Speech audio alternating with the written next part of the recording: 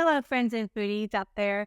I'm excited about today's recipe, my cookbook challenge. This is from the Delish Cooking School. Um, it's from the same chapter as my first recipe that I tried, but it a whole different thing. Pork and vegetable stir fry, and of course, I'm a vegetarian, so I'm leaving out the pork.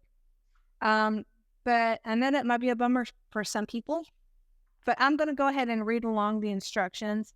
If you use a protein, which can be pork, beef, or chicken, is what it says.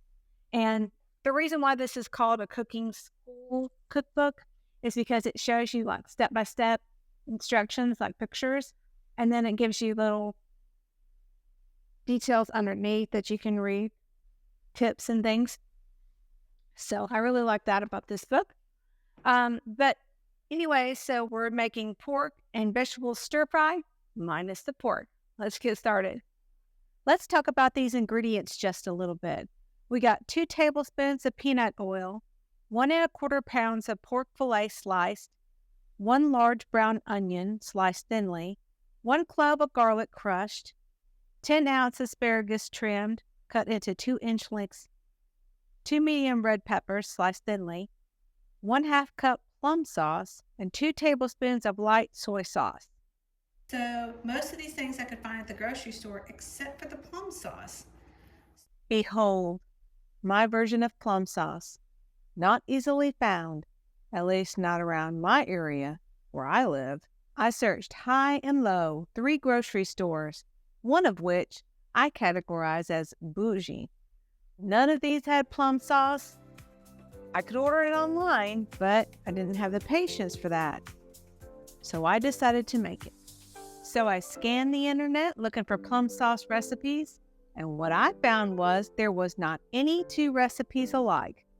One was as simple as plum, salt, and sugar. Others had scary seasonings, at least it's scary to me, like star anise or Chinese spice. I've never tried those, never used that, and I wanted to kind of keep the sauce with familiar flavors, familiar spices, just in case my husband wanted to try this sauce and use it on something different. I decided to go the safe route with this, and like I said, I don't mind venturing out and doing something different, but in this case, this particular time, I decided to go with something safe, something I knew.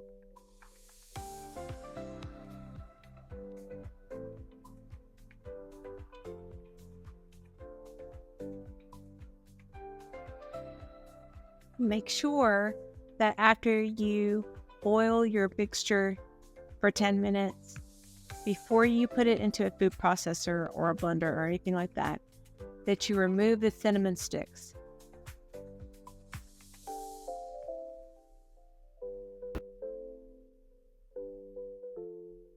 Ta-da! Jackie's plum sauce.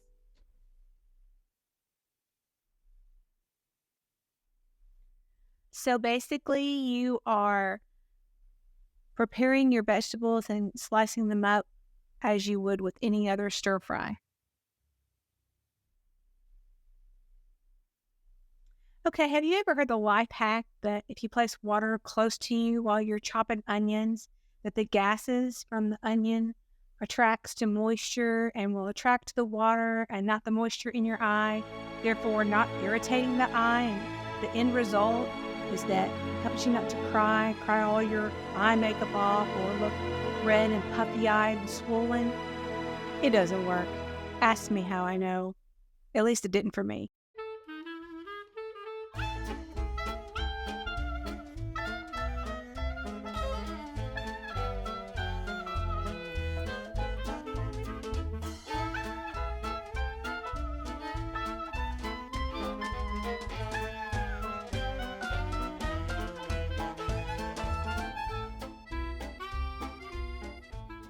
Okay, I've got all my ingredients lined up and ready to go. My asparagus, red pepper, onions, also soy sauce, fresh garlic, peanut oil, and plum sauce. Now, this particular recipe, I know in every recipe I've noticed that there's like little tips for how to cook a particular meal that you're cooking.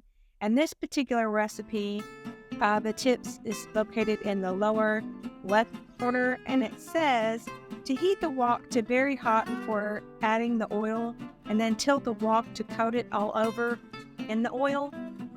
You know what's funny is that I told myself in the beginning of this cookbook challenge I was not going to buy into a whole bunch of different expensive things to do this challenge, but before you is a brand new wok. But I do love stir fry, and I've always wanted to have a wok. So every now and then I may bend the rules here and there. We'll just have to see.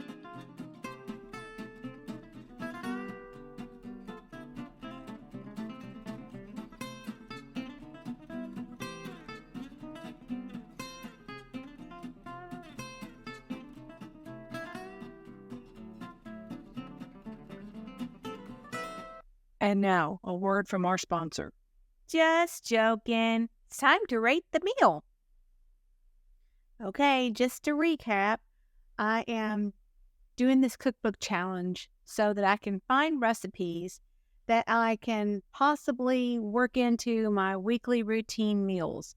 And so the way I'm doing that is by tasting the recipes out of the cookbook, giving them a score, and if the score is high enough, then they are a contender for a weekly routine meal.